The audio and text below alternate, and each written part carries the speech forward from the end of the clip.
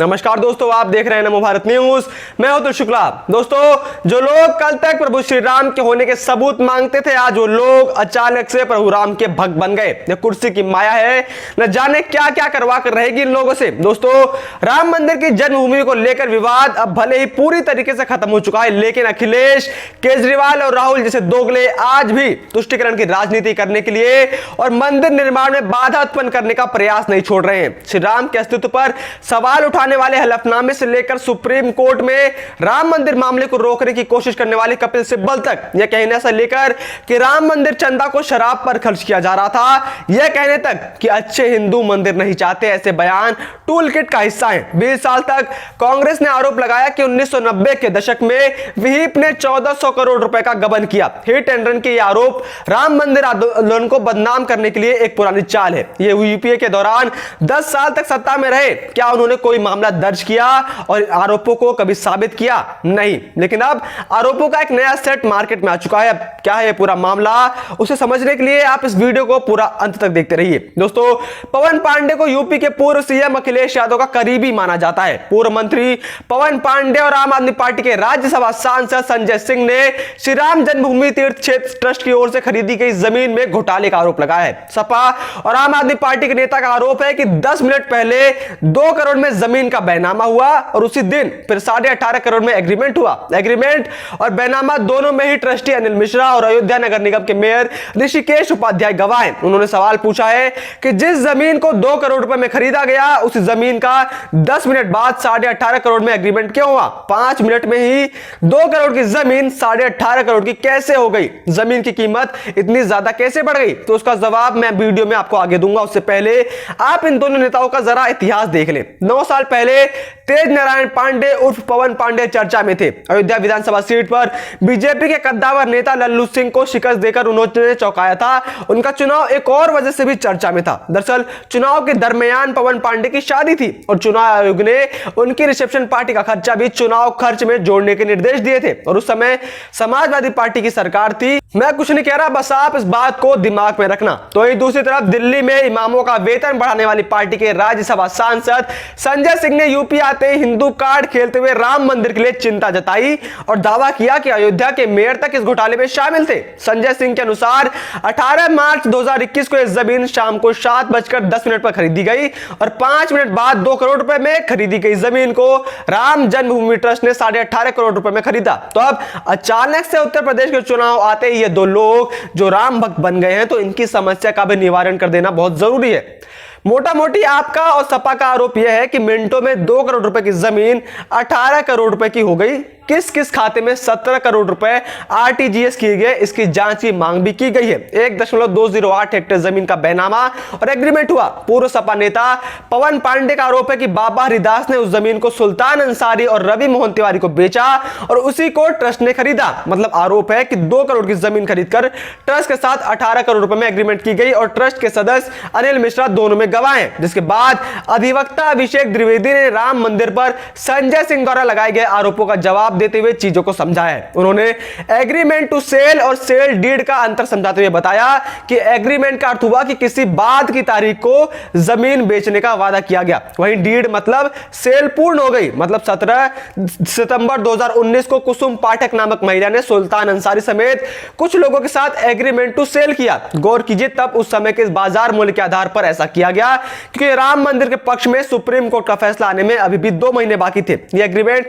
उस समय 2 करोड़ रुपए का हुआ। मार्च 18, 2021 को ही सुल्तान अंसारी ने उसी एग्रीमेंट टू सेल को आधार बनाकर सेल एग्रीमेंट किया, यानी बेचने के लिए, जिसमें 2021 के बाजार मूल्य के हिसाब से 18 करोड़ रुपए की बात हुई। ठीक उसी दिन कुसुम पाठक ने 2019 वाला सेल एग्रीमेंट लागू किया जो सुल्तान अंसारी के साथ हुआ था। याद कीजिए कि कुसुम पाठक और सुल्तान अंसारी वाला यह एग्रीमेंट टू सेल 2019 के बाजार मूल्य पर था। अब ट्रस्ट ने जब इस जमीन को खरीद लिया, जो कि सेल एग्रीमेंट है, इसका अधिग्रहण भी हो गया और कुछ दिनों में सेल डीड भी एग्जीक्यूट किया जाएगा। अयोध्या में 2019 और 2021 इन 2 वर्षों में जमीन के दाम अच्छे खासे बढ़े हैं। राम मंदिर जजमेंट और यूपी सरकार द्वारा कई विकास परियोजनाओं की घोषणाओं के कारण ऐसा हुआ है, ये सभी जानते हैं। मगर अब भी आपको यह बात समझ नहीं आई तो और साधारण तरीके से समझाता हूं। मान लीजिए आपने एक जमीन खरीदी आज के दाम पर और आज के मार्केट के हिसाब से आपने उसका एग्रीमेंट बनवा लिया। उसके बाद आप 5 साल बाद उस जमीन को बेचते हो तो उस समय आप उस दाम को आज के दाम पर थोड़ी बेचोगे जो 5 साल पहले थी, आप उसे 5 साल बाद के मार्केट के रेट पर ही तो बेचोगे। तो सिर्फ यही एक कहानी है जिसे ये लोग अपने राजनीतिक फायदे के लिए बेमतलब में तूल दे रहे हैं। वहीं आरोपों के बाद ट्रस्ट के महामंत्री चंपत राय ने भी जवाब दिया। आरोपों का खंडन करते हुए चंपत राय ने ट्रस्ट के निर्माणाधीन राम मंदिर के आसपास के छोटे छोटे मंदिरों और गृहस्थों की जमीन खरीदी। चंपत राय ने बताया कि अयोध्या में राम मंदिर के पक्ष में सुप्रीम कोर्ट का फैसला आने के साथ ही यहां जमीन के भाव एकाएक बढ़ गए क्योंकि कई इलाकों से लोग आकर यहां भूमि खरीदने लगे। उत्तर प्रदेश की योगी आदित्यनाथ सरकार भी अयोध्या के सर्वांगीण विकास के लिए भूमि खरीद रही है। जिस भूखंड को लेकर संजय सिंह ने आरोप लगाया उसे रेलवे लाइन के पास खरीदा गया। यह एक प्रमुख स्थान है। चंपत राय ने आरोपों को भ्रामक, गुमराह करने वाला और राजनीतिक से प्रेरित करार दिया है। दोस्तों यहां पर गौर करने वाली बात यह है कि यह कोई नई बात नहीं है। राम मंदिर को लेकर इस प्रकार की बयानबाजी पहले भी की जा चुकी है। 2017 में निर्मोही अखाड़े ने विश्व हिंदू परिषद पर आरोप लगाया था कि राम मंदिर निर्माण के नाम पर 1400 करोड़ रुपए की रकम जमा कर ली। इस राशि का इस्तेमाल विहिप ने पदाधिकारी अपने निजी कार्यों में कर रहे हैं। वास्तविकता यह थी कि अयोध्या में भव्य राम मंदिर निर्माण के लिए 80 के दशक से दान के लिए रकम एकत्र की जा रही है। विश्व हिंदू परिषद की तत्कालीन संस्था राम जन्मभूमि न्यास के खाते में तब तक कुल 8.25 करोड़ रुपए जमा थे। 1985 में श्री राम जन्मभूमि न्यास की स्थापना हुई थी।